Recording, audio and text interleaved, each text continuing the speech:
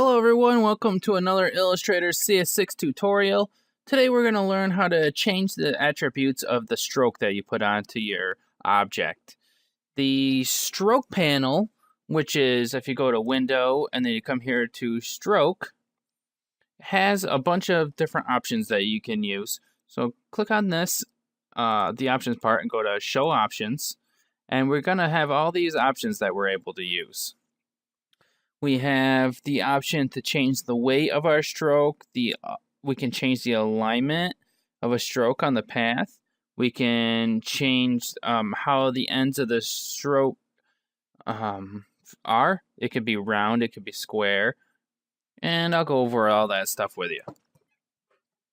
So the first thing, we've got a few things here. This is a line segment with a stroke of 9 points. So all I did was use the line segment tool. This is a circle with a stroke on it of also 6 points. And this is text with a stroke on it of 2 points. Now, move this over here so I can see. Let's start out with this circle here. Let's start out with the weight over here then. We can choose from a bunch of different weights. If I set it at 1, that's the basic. It's just 1 pixel wide. If I come out to like 9, make sure it's selected and then go to 9, it's going to be a lot fatter. So that's depending on what you want. And as you can see on the blue line is our path. That's where the original circle ends up, the actual bluish green part of the circle, that's where it actually goes out to. So the stroke goes out from the middle of this path and comes out from both sides. That's how we have it set up right now, at least. The next thing we've got here is cap. So I'm going to come over here to this line segment and click on it. Then we're going to mess with the caps. We can use a rounded cap. And now if we look at this line segment, it now has rounded edges. Kind of like how the Stickman is in those Stickman fights. And then we also have projecting cap. If I click on that, it's square. But the thing about the projecting cap is that it goes out past the path. The butt cap is what this one is called. That goes right to the edge of the right to the edge of the path, as you can see if you look at the blue line in the path. All right, now we know those. Let's check it out on the text.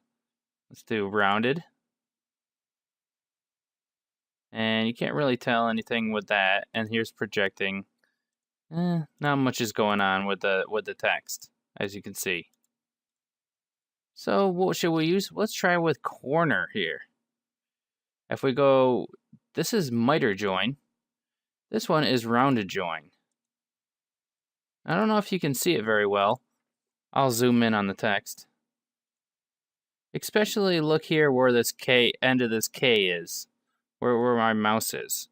If I click back on it, and then I hit round join, you can see that the end caps are a little bit more round.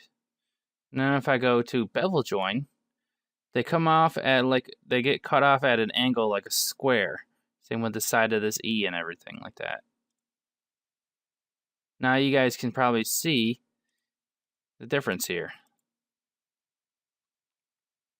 All right, let me zoom back out. I'm going to just hit fit to screen. The other one we've got here is a line stroke, and I think that will probably be best shown on this circle here. If I hit the left one, this is going to align stroke to the center, and this is what it's already doing. The stroke is coming off from the left and the right, or from both sides of this path. If I hit align stroke to inside, now the stroke is only coming out into the object. If I hit align stroke to outside, it's only going to come outside of the object. So it's up to you what you want. I'll just set it back to the middle. Another thing we've got is dashed line. So let me grab this line here. Let me click on dashed line. We can set up the dashes and gaps if we want to.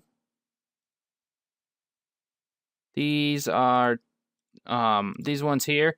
preserves exact dash and gap lengths, and this one aligns dashes to corners. So it's up to you what you want to use. But as you can see, the dashes on this aren't exactly symmetrical all the time. This one's all skinny and these ones are longer. So you can set up your dash, the length here. So if I set this to just like 2 point, it's going to be a bunch of dash lines. And then you can also put a gap and then another dash and then a gap in with it. So that's cool about the dashed lines. Got some arrowheads. You can make arrows at the ends. If I take off the dashed line, there's how you make an arrow. And then I can make like a arrow end there, and there's how you make, like, that's an arrow. I don't know if it'll do it on the circle. I never actually tried. Yeah, it does. So if I wanted to make like a double circle arrow kind of thing, doesn't look like it works both ways. But there you go. You can scale down the arrow so it's not so big, or all that stuff. Then you got the you can link, you can swap, and then you can also align to the end of the path or to the tip of the path. And that's all I'm going to be going over with the stroke. And now you know how to create arrows. You can adjust the stroke where it is. You have a lot more fine-tuning to your stroke. So that's awesome. It also sounded kind of perverted. Let me make this end cap. Yeah, there we go. That's cool. So thanks for watching this, you guys. It was stroke is one of the things that's really nice with design. It's still in to use strokes. It helps bring out the color in objects and brings more emphasis on the edges and makes things more refined, I guess, and definitive. So thanks a lot for watching this one. Hopefully you guys liked it. If you did, give it a thumbs up, and I'll see you in the next video.